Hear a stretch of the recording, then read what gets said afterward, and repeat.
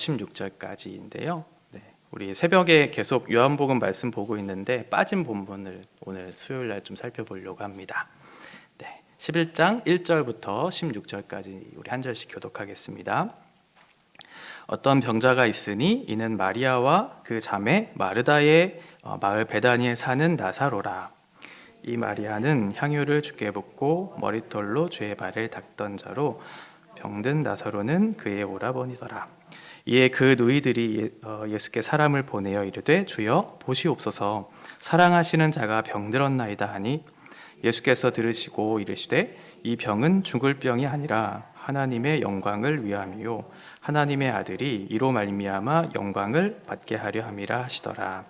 예수께서 본래 마르다와 그 동생과 나사로를 사랑하시더니 나사로가 병들었다 함을 들으시고 그 계시던 곳에 이틀을 더 유하시고 그 후에 제자들에게 이르시되 유대로 다시 가자 하시니 제자들이 말하되 라삐여 방금도 유대인들이 돌로 치려 하였는데 또 그리로 가시려 하나이까. 예수께서 대답하시되 낮이 12시간이 아니냐. 사람이 낮에 다니면 이 세상의 빛을 봄으로 실족하지 아니하고 밤에 다니면 빛이 그 사람 안에 없는 고로 실족하느니라. 이 말씀을 하신 후에 또 이르시되 우리 친구 나사로가 잠들었도다. 그러나 내가 깨우러 가노라. 제자들이 이르되 주여 잠들었으면 낫겠나이다 하더라. 예수는 그의 죽음을 가리켜 말씀하신 것이나 그들은 잠들으시는 것을 가리켜 말씀하심인 줄 생각하는지라. 이에 예수께서 밝히 이르시되 나사로가 죽었느니라. 내가 거기 있지 아니한 것을 너희를 위하여 기뻐하노니 이는 너희로 믿게 하려 함이라. 그러나 그에게로 가자 하시니 디두모라고도 하는 도마가 다른 제자들에게 말하되 우리도 주와 함께 죽으러 가자 하니라. 아멘. 나사로의 이야기는 요한복음에만 기록된 그런 말씀이죠. 십자가 사건을 앞에 둔 그 시점에서 이제 마지막 요한복음에 나타난 7가지의 표적 중에 마지막 표적이 오늘 이제 나사로의 이런 이야기예요. 아마도 이 사건은 예수님이 그리스도이시다라는 것을 나타내는 사건일 뿐만 아니라 예수님이 우리의 생명의 주권자 되어주시는 그분이다 라는 것을 나타내주는 그런 사건이 아닌가 싶어요. 이것을 통해 나는 생명이고 나는 부활이다 라고 이렇게 얘기하셨기 때문에 그런 것이겠죠. 나사로의 죽음 그리고 나사로의 부활이라고 하는 것은 앞으로 있을 예수 그리스도에 대한 어떤 죽음과 부활에 대한 예시일 것이고 또 그를 믿는 우리들에게도 포함되는 내용이겠죠. 예수를 믿는 사람들, 그 사람들에게는 부활의 소망이 있다는 것을 우리들에게 약속해주고 있는 그런 말씀이에요. 그래서 부활의 소망을 갖고 있는 사람들은 단순히 미래에 대한 어떤 소망을 가지고 있는 것뿐만 아니라 그 미래에 대한 확고한 소망이 있기 때문에 현재를 믿음으로 살 수 있는 그런 근거가 되겠죠. 그러니까 이 부활이라고 하는 것은 우리에게 구원을 가져다 주고 생명의 풍성함을 가져다 줄 뿐만 아니라 그 생명의 풍성함을 현재적으로도 계속해서 누릴 수 있도록 하는 그런 엄청난 사건이겠죠. 오늘 그 말씀 볼 건데요. 부활, 그 부활을 통해 나타난 예수 그리스도의 영광, 그리고 예수 그리스도의 그 영광을 통해 주어지는 우리의 구원. 그러면 그 구원이 언제 이루어지는가? 현재적으로 계속해서 우리 죽을 때까지 믿음으로 살 수 있는 근거가 우리에게 주어질 것이다. 이 말씀을 우리가 좀 살펴볼 거예요. 1절부터 3절까지 보면 예수님과 관계된 사람들이 나와요. 우리가 너무 잘 알고 있는 내용이죠. 마르다, 그리고 마리아, 그리고 나사로가 나와요. 그런데 그 사람들을 예수님께서 뭐라고 표현하냐면 나를 사랑하는 자 이렇게 표현하고 있거든요. 그러니까 예수님이 사랑하는 자 이렇게 표현하고 있거든요. 이 말은 그 사람들은 당연히 예수님을 사랑하는 사람들이겠죠. 그런데 뿐만 아니라 예수님께서도 사랑하는 사람들이었어요. 마르다와 마리아와 나사로. 이 사람들은 예수님께서 사랑하시는 그 사람들이었어요. 그 사람이 지금 병들었다고 지금 얘기하고 있죠. 우리가 지금 요한복음 보고 있는데 요한복음의 저자가 아마도 13장 23절에 보면 예수의 제자 중 하나, 곧 그가 사랑하시는 자, 이 사람을 우리가 요한복음의 저자로 보고 있는데 이 사도 요한이죠. 그래서 이 복음서를 쓰고 있는 사도 요한도 예수님께서 사랑하시는 자였고요. 지금 세 사람도 예수님께서 사랑하시는 자들이에요. 그러니까 예수님께서 사랑하시는 어떤 사람이 예수님께서 사랑하신 어떤 사람들에 대한 내용을 지금 기록하고 있는 것이죠. 그런데 안타깝게도 그 사랑하시는 자 중에 한 명인 나사로가 병에 들었어요. 4절에 보니까 이 병은 죽을 병이 아니다. 다행이겠죠? 죽을 병이 아니라 오히려 하나님의 영광을 위한 그런 병이라고 그렇게 소개해주고 있어요. 이 말은 하나님이 굉장히 이기적이어서 자기의 영광을 드러내기 위해서 마치 그 나사로라고 하는 사람을 병들게 하시고 또 도구로 이용하시는 그런 것으로 생각해서는 안 되겠죠. 그런 하나님의 이기적인 영광을 위해서 사람을 도구하고 이용하는 그런 뜻이 아니라 우리 안에 있는 어떠한 질병조차도 하나님께서는 그것을 통해 당신의 영광을 드러낼 수 있는 그런 분이시다라는 것을 우리가 살펴봐야 되겠죠. 우리의 삶 가운데 이해할 수 없는 삶의 여러 가지 문제들이 있어요. 관계 속에서 나타나는 문제들도 있고 또 내 안에 닥치는 여러 가지 현실적인 문제들 있잖아요. 금전적이거나 아니면 건강의 문제라거나 이런 것들이 닥쳐왔을 때 우리가 이것을 바르게 해석하기 위해서 필요한 것은 바로 이런 것이겠죠. 지금 이런 문제가 닥쳐왔을 때 이 문제를 나에게 주신 분이 누구이고 이 문제를 해결할 수 있는 분이 과연 누구인가 라는 것에 대한 내가 명확한 이해가 있다면 그 문제를 바라보는 관점이 그렇게 어려웠지 않을 거예요. 이 문제를 통해 하나님이 나의 인생에 좋은 유익을 가져다 줄 것에 대한 확신이 있다면 그리고 그 소망이 있다면 지금의 어떤 고통적인 그런 문제들에 있어서도 바른 태도를 취할 수 있겠죠. 그런 태도를 우리가 취할 때 우리 안에 있는 예수 그리스도가 더 풍성히 드러나고 그것을 누리면서 살아갈 수 있을 테니까 우리가 그런 태도를 취해야 하겠죠. 그런데 예수님께서 분명히 예수님이 사랑하시는 자라고 표현했는데 지금 사랑하는 자가 병들어 죽게 생겼어요. 그러면 병들어 죽게 생겼으면 당연히 빠른 걸음으로 모든 열의를 제치고 그 사랑하는 사람에게 다가가야 했겠죠. 뭐 약을 주든지 아니면 그 사람에게 위로를 하든지 어떠한 방법으로든 그 사람을 찾아갔어야 했을 텐데 지금 6절에 보니까 이틀을 더 유하셨다고 표현하고 있죠. 더 황당한 표현이 사실은 원문에 더 잘 나타나 있는데요. 5절과 6절 사이에 접속사 그러므로라고 하는 그런 표현이 들어있어요. 그래서 5절과 6절에 이 그러므로라고 하는 표현을 넣어서 한번 제가 읽어볼게요. 마르다와 그 동생과 나사로를 사랑하셨는데 그렇기 때문에 나사로가 병들었다 함을 들으시고 그 계시던 곳에 이틀을 더 유하셨다라고 하는 거예요.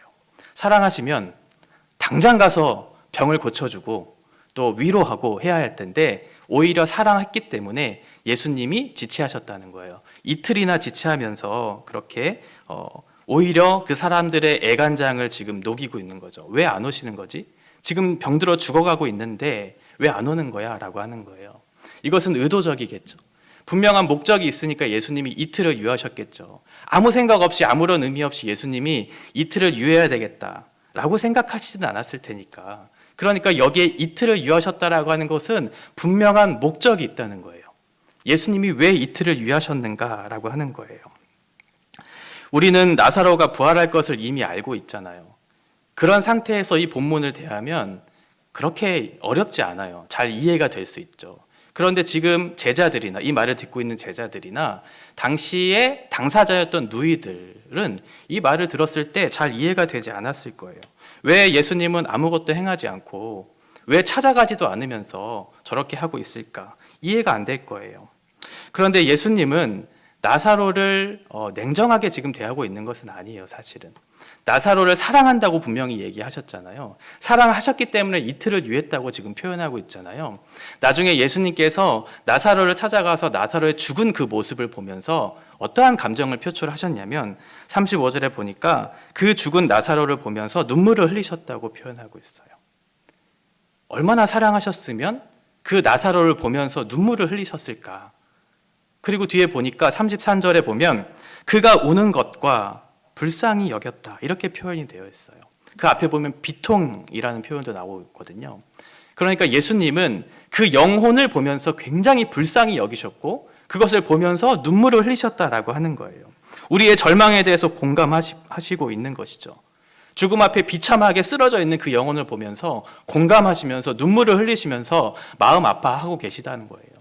그런데 이틀을 유했다는 것이 우리로서는 잘 이해가 안 되는 거죠. 왜 저렇게 아파하시고 눈물을 흘리면서 비통해 하시면서 불쌍히 여기시면서 왜 당장 오지 않느냐라고 하는 거죠. 우리가 이 구절을 불편하게 느끼는 이유는 이건 것 같아요. 예수님의 생각과 우리의 생각이 다르다는 거죠. 예수님의 생각은 그게 아니었다는 거예요.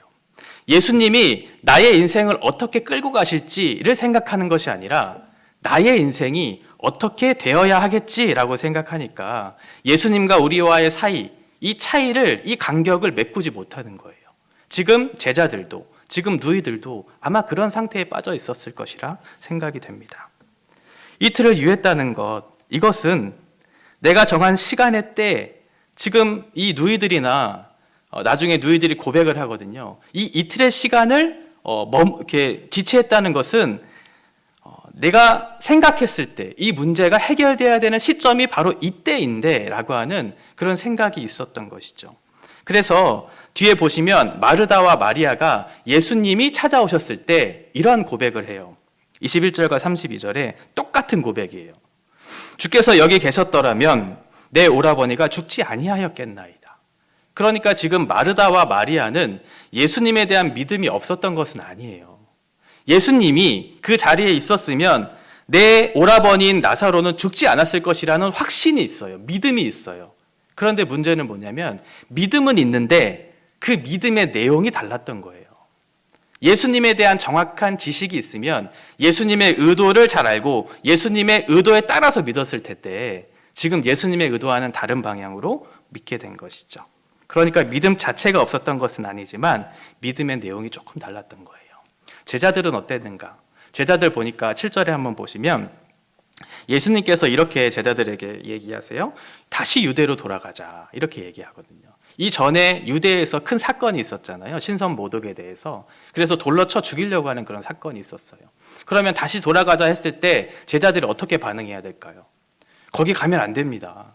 우리 가면 죽습니다 라고 하는 그런 반응을 해야 되겠죠. 그게 너무나 합리적이고 너무나 이성적인 반응일 테니까 지금 8절에 그렇게 이성적이고 합리적인 그런 반응을 했던 거예요. 예수님, 거기는 유대인들이 돌로 치려고 하는 그 자리 아닙니까? 그런데 왜 또 그리로 가시려 하십니까? 라고 얘기하는 거죠. 제자들의 반응은 나쁜 것이 아니었어요. 너무나 당연한 것이었죠. 그런데 아직 예수님이 오신 목적에 대해서 잘 알지 못했기 때문에 이랬던 것이죠. 예수님은 유대 땅으로 다시 예루살렘으로 들어가려고 했었던 이유가 자기의 사명을 완성하기 위해서 오신 것이잖아요. 결국 십자가를 지시기 위해서 오신 것이잖아요. 자기가 죽어야 또 다른 사람이 살 수 있다고 생각했기 때문에 또 그것을 알았기 때문에 다시 예루살렘으로 들어가시려고 했던 것인데 아직 제자들은 거기에 대한 이해가 없는 거예요. 예수님이 죽어야 그 사람들을 살릴 수 있을 텐데 자신들이 사랑하는 그 사람을 살릴 수 있을 테니까 내가 다시 유대로 들어가야 되겠다. 예수님 왜 그리로 가시려 하십니까? 라고 얘기하는 거죠. 지금 누이들은 지금 그때 예수님께서 그때에 계셨다면 내 오라비 나사로는 죽지 않았을 것이라고 하는 그런 죽음의 문제 앞에 서 있고 지금 제자들도 마찬가지로 다시 유대로 들어가면 우리가 죽겠나이다라고 하는 죽음의 문제 앞에 있어요. 누이들도 죽음의 문제 앞에 있고 지금 제자들도 죽음의 문제 앞에 있는 것이죠. 거기서 불안해하고 있는 거예요.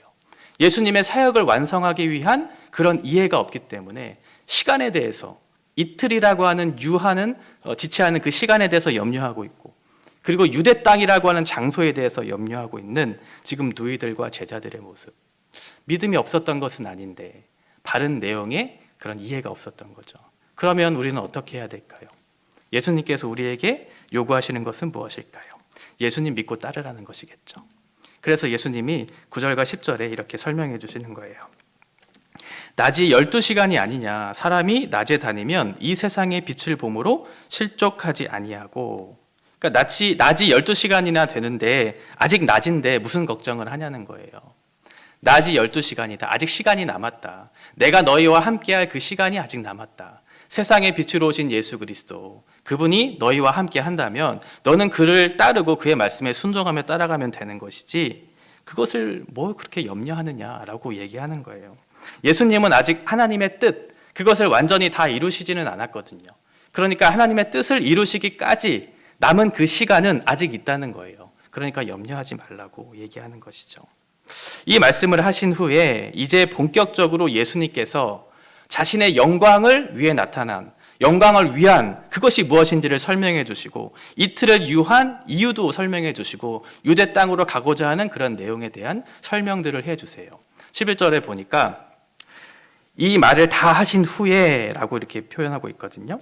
그래서 예수님께서 그 나사로에 대해서 설명을 해 주세요. 우리의 친구 나사로는 지금 잠들어 있는 것이다 라고 설명을 해요. 그러면 내가 그 잠든 자들을 깨우러 가야 되겠다라고 그렇게 설명하는 것이죠. 그러면 제자들이 잠들어 있구나. 그러면 푹 자고 일어나면 낫는 병이겠구나 라고 그렇게 생각했던 거예요. 제자들의 반응은 너무나 당연하죠. 왜냐하면 3절에 천사가 예수님 통해서 예수님에게 나왔을 때 그가 병들어 있다라고 얘기했었으니까 죽었다라고는 생각하지 않았을 테니까 당연히 제자들의 반응은 잠자고 일어나면 이 병이 나을 수 있겠구나라고 생각했던 거예요. 그래서 예수님께서 14절에 설명해 주시는 거죠. 그게 아니라 나사로는 지금 죽어 있다라고 얘기하는 거예요. 나사로 죽었다. 이미 죽었다라고 하는 거예요.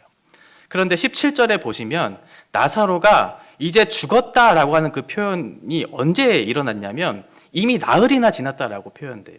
그러니까 예수님이 이틀을 지체하셨기 때문에 나사로가 죽은 것이 아니라는 거예요. 지금 예수님이 어디에 계셨냐면 10장 4절에 보니까 세례 요한이 세례를 베풀던 요단강 동편에 있었거든요. 그런데 그때에 마르다와 마리아가 보낸 그 사자를 통해서 그때 그 장소에서 나사로가 지금 병들었다라고 하는 그 소식을 듣게 돼요. 그게 첫날이겠죠. 그런데 그 첫날 이후에 예수님이 어떻게 하셨냐면 이틀을 유하셨어요. 이틀을 지체하셨어요. 그러니까 3일이 지났겠죠. 그리고 나서 지금 베다니로 찾아오신 것이거든요. 나흘째 되는 날이겠죠. 그러니까 지금 나사로는 언제 죽었냐면 예수님이 그 사자를 통해 들었을 때 죽은 것이 아니에요. 이미 그 나사로가 죽었다라는 사실을 예수님께서는 알고 계셨다라고 하는 것이죠. 예수님 때문에 죽은 것이 아니에요. 예수님은 그 모든 사실을 알고 계셨음에도 불구하고 이틀이라고 하는 시간을 지체하셨다라고 하는 거예요. 왜 이틀을 지체하셨는가? 당시에 유대인들은 그 사람이 죽으면 3일 동안 그 사람의 영혼이 그 몸 주변을 계속해서 맴돈다고 생각했어요. 어떻게 해서든 다시 그 몸으로 들어가야 된다고 생각하는 그 기회를 포착하는 시간이 3일이라고 생각했어요. 그리고 3일이 지난 후에는 이제는 도저히 들어갈 수 없는 기회가 없는 일이라고 생각했어요. 그러니까 3일이 지나면 어떻게 여겼냐면 이 사람은 소생할 기회가 없는 완전히 죽은 상태에 들어갔다는 것을 이 사람들은 이해했던 것이죠. 예수님은 어떠한 논쟁의 여지가 없도록 그 사람 완전히 죽었다. 나흘이나 지났다라고 하는 것을 지금 그 사람들에게 알리기 위해서 이틀을 의도적으로 더 유하시면서 그 사람들에게 나흘째 찾아왔던 것이죠. 그러니까 영원히 들어가서 소생한 것이 아니라 완전히 죽은 자가 예수 그리스도로 말미암아 생명을 얻게 됨을 그들에게 보이기 위함이었어요. 그 결과로 그 사람들에게 믿음을 주시기 위한 그런 의미가 있었던 것이죠. 예수님은 죽은 나사로를 왜 깨우러 가셨는가? 왜 깨우러 가셨는가? 이 깨우러 갔다라고 하는 것은 이제 그 영혼을 살리러 갔다라는 말이겠죠. 죽었으니까. 예수님은 그 죽은 영혼을 살리러 간 거예요. 그러면 그 영혼을 살리기 위해서 필요한 것이 무엇이냐면 예수님이 죽어야 되는 거예요. 예수님이 죽으셔야 부활이 있을 테니까. 그래서 내가 다시 유대 땅으로 들어가야 된다고, 십자가에 죽어야 된다고 얘기하신 것이고, 내가 죽어야 너희에게 부활이 있을 것이다 라는 것을 가르쳐 주시기 위해서 내가 깨워야 된다, 내가 죽어야 된다, 내가 너희에게 그 생명을 주어야 된다라는 것이죠. 그러니까 우리를 깨우신다라고 하는 그 말은 곧 이거겠죠. 내가 십자가를 지고 가야 된다라는 그런 의미겠죠.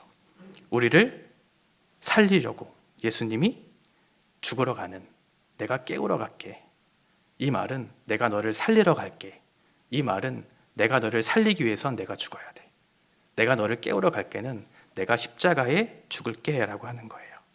그런데 성경은 그 죽음이 결코 끝이 아니라고 얘기하고 있죠. 그렇죠? 그 죽음 이후에 우리에게 영원한 부활의 소망이 있다는 것을 우리에게 말씀해 주고 있어요. 고린도전서 15장 20절에 보니까 그리스도께서 죽은 자 가운데서 다시 살아나사 잠자는 자들의 첫 열매가 되셨다. 예수님께서 부활의 첫 열매가 되어주시고 우리는 그 뒤를 잇는 계속된 열매로 우리를 부르셔서 그 영광에 참여하도록, 그러니까 그 죽음이 끝이 아니라고, 51절에 보면 우리가 다 잠잘 것이 아니요 마지막 나팔에 순식간에 홀연히 다 변화될 것이다. 우리는 영광스러운 몸을 입고 이 땅에 올 것이다. 영광스럽게 변해서 예수님과 함께 영원토록 살게 될 것이다. 이 일을 위해서 내가 이틀을 유했고 내가 유대 땅으로 들어가야 될 것이다 라는 것을 말씀해 주고 있는 것이죠. 만약 예수님께서 나사로가 죽어가는 그 현장에 있었더라면 나사로는 죽지 않았겠죠. 나사로는 살렸을 거예요. 마르다와 마리아의 고백처럼 예수님 거기에 있었으면 나의 오라버니 나사로는 죽지 않았을 것이라고. 그렇게 되면 어떻게 됐을까요? 제자들도 또 사람들도 믿게 될 기회를 잃어버리게 되겠죠. 죽은 자가 일어나는 그 사건을 보면서 저 사람이 참 생명의 주권자이시다라는 것을 믿게 될 그 기회를 잃게 되니까 예수님께서 이틀을 유하셨던 거예요. 그래서 나사로가 죽은 그것을 기뻐했다고 표현하고 있는 것이죠. 그래서 사랑했기 때문에 그러므로 이틀을 유한 것이다. 이렇게 우리가 설명할 수 있을 거예요. 그 결과 어떻게 됐냐면 제자들이 믿음이 견고해졌어요. 예수에 대한 믿음, 그리고 그 내용도 확실해졌어요. 사람들에게 믿음이 생겼어요. 예수의 그 사건을 통해서 이틀을 유하시는 그 사건과 다시 유대 땅으로 들어가야 된다라고 하는 그 사건을 통해서 제자들과 또 그 사람들과 모든 유대인들에게 믿음이 더욱더 견고해지는 일들이 일어나게 된 것이죠. 마지막 16절에 보면 우리도 죽으러 가자 이렇게 표현해요. 사실 이 16절의 표현은 적절한 반응은 아닌 것 같아요. 아직 부활에 대한 명확한 이해가 없는 상태에서 지금 했던 말이기 때문에 그렇겠죠. 그러나 우리가 이 말씀을 통해서 우리가 좀 생각해 볼 문제는 있는 것 같아요. 아마도 이 도마의 어떤 마음, 그런 예수를 향한 사랑, 그를 향한 십자가를 따르고자 하는 그런 정신들, 이런 것들은 필요한 것 같아요. 믿음의 결단, 내가 주님을 따르겠습니다.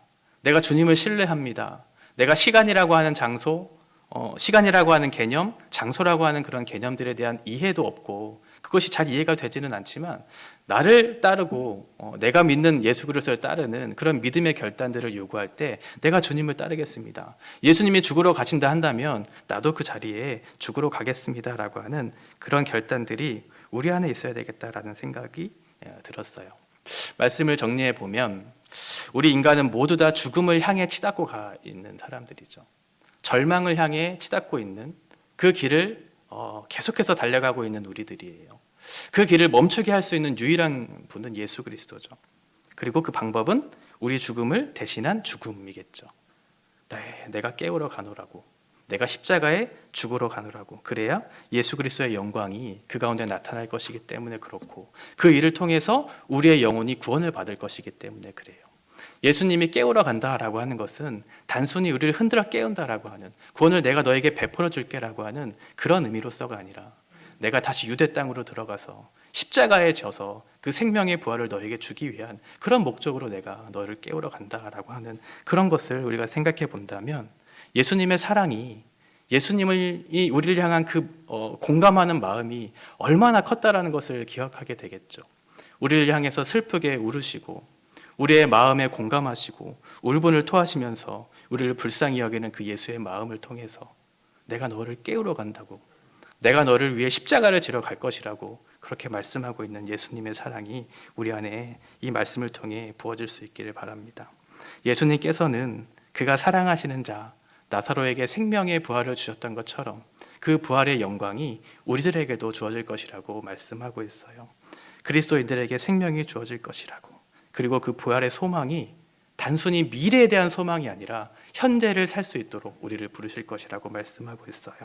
내 안에 살아계신 예수 그리스도, 내 안에 살아 역사하셔서 나를 통치하시고자 하시는 예수 그리스도의 그 마음, 그 영생을 우리에게 주시고자 하시는 그 마음, 그 영생이 우리 가운데 누려지는 것들을 확인하고, 그래서 그 하나님의 백성답게 당신의 영광된 삶을 드러내는 삶을 살아가서 예수를 누리고 예수를 드러내는 삶을, 현재를 살아가는 저와 여러분들이 삶이 되었으면 좋겠어요. 단순히 부활의 소망, 그래 나에게 장차 주어질 그 영광의 날이 있지, 그렇게 기뻐하는 것이 아니라 그 기쁨을 지금 누릴 수 있었으면 좋겠어요. 하나님께서 당신의 영광, 그 그 영광을 나타내신 것은 우리를 구원하시기 위함이고, 우리에게 구원을 베풀어 주시기 위한 것은 그 구원을 통해서 당신의 뜻을 이 땅 가운데 드러내고 그것을 누리라고 주신 것이기 때문에 그래요. 우리가 그 영광된 삶을 오늘 하루도 또 내일의 삶도 앞으로 주어질 우리의 낮 시간 동안 그 영광된 삶을 누리면서 사는 그런 저와 여러분의 삶이 되었으면 좋겠습니다. 같이 찬양하고 기도하겠습니다.